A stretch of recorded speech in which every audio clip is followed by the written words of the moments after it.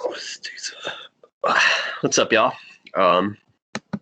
Good morning, and I hope y'all had a good break.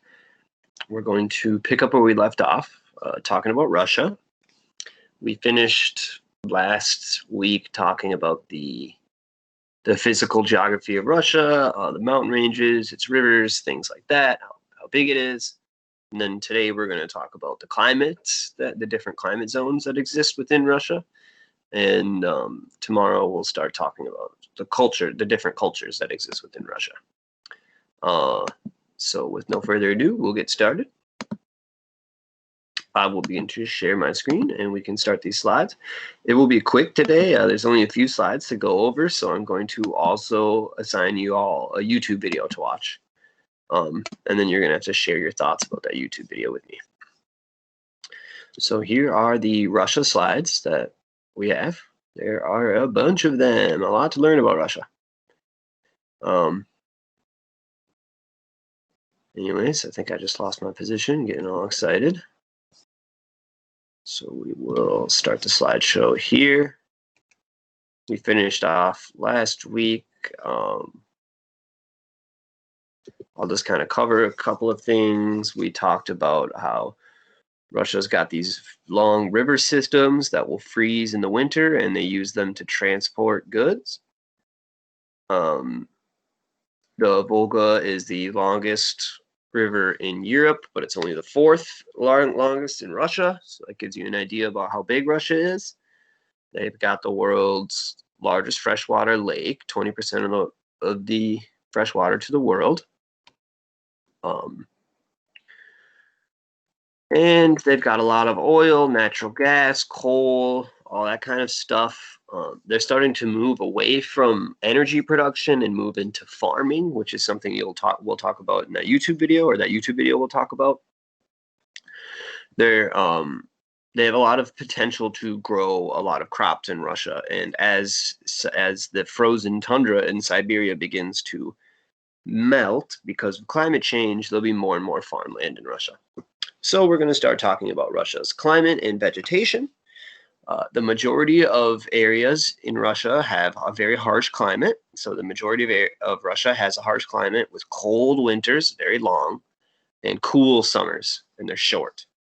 A lot like Minnesota, where your summers are short and intense, and you get about 2 months of this intense summer, and then it's kind of right back into winter. So we've got these different climate zones within Russia. It's kind of tough to see. It's real small, but we've got the taiga. The taiga is the world's largest forest. It is a gigantic alpine forest. Imagine something like northern Minnesota, sort of, and it just traverses a land that's as large as the United States, almost. Then they have some tundra zones up here. Russia's even got a little bit of desert.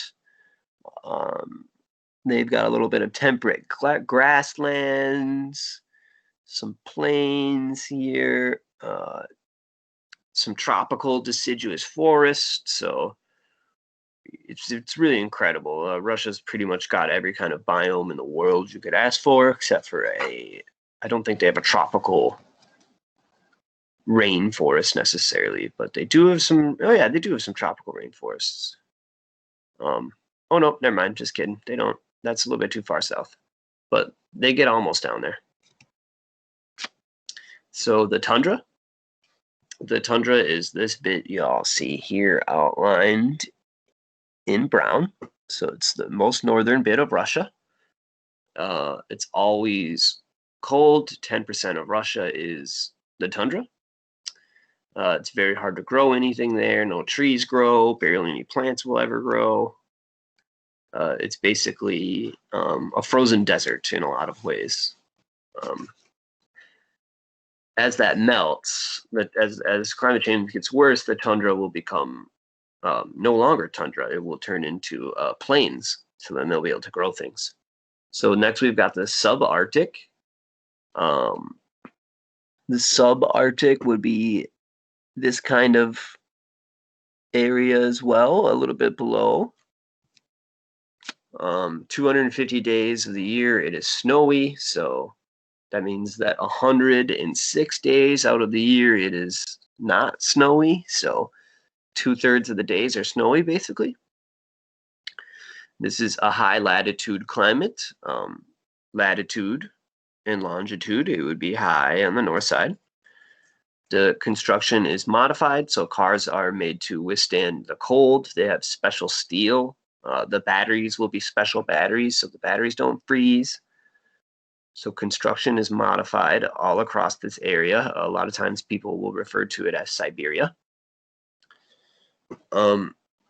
So it's created the need for more oil, gas, wood, and coal to stay warm. You got to burn a lot of fire in order to drive away that extremely cold heat, or extremely cold weather. Not extremely cold heat. That doesn't make any sense. So we got humid continental. This is the mid-latitude climate. So this is sort of mid-Russia, not southern Russia, not northern Russia, but mid-Russia.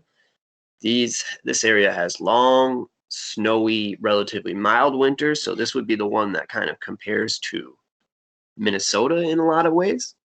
Whereas in the previous climate, we talked about the subarctic would be like northern Canada. So it's very far north. So we're talking now back to the humid continental, the area that's sort of mirrors Minnesota. Majority of the North European plain exists in this climate zone and a piece of southern Siberia. This helped defend the country from invaders during World War II. It's kind of that is sort of a thought process that historians are moving away from nowadays. They're starting to realize that even if it weren't for the winter, the Germans would have never won World War II anyways. But the winter certainly did not help the Germans. And when Napoleon invaded Russia, the winter definitely crushed his army. So most people can't handle the extreme cold of Russia. You know, Russians are a hardy people. So now we're moving to the steppe. So this is more eastern mid-latitude Russia. So this would be eastern mid-Russia, kind of this area right here. Mongolia exists in the steppe. Kazakhstan, those types of countries. They have dry summers. There's not a lot of rain. There's not a lot of plant growth. It's mostly kind of open plains, like you could imagine somewhere like South Dakota, if you've ever been there, or maybe Nebraska, kind of open plain land. Not a lot of trees. It is very dry, and it's extremely cold in the winter as well. Since there's no trees and stuff, the wind gets whipping really bad, and it just gets freezing cold, and it's very dry. But it's got rich soil, so it's good for planting. The steppe you can grow. Russia grows a lot of food out there nowadays. So that's going to be basically it about the climate zones. So we've got the tundra, the absolute very, very north, which is basically empty. We've got the subarctic, which is a little bit less north. It's not as empty, but it is extremely cold. Then we have a little bit south of that. You've got humid continental. This is the west side of Russia. Very nice place. So you can grow a lot of crops there, but it gets really cold. So that's where the invading armies usually fail, is on the western side of Russia. And then we've got the steppe, which is the east, which is where the Mongolians came out of. It's sort of like a big plains land, a lot like Western Russia, except for more cold. All right, so then that'll be that. You guys will fill out your guided notes to that, and then I will present. I'm going to put a YouTube video up there for you to watch as well. That is about, I don't know, 4 minutes, and then you guys will have to answer a little bit about that, and then we'll call it a day. So thanks, y'all, and have a good day.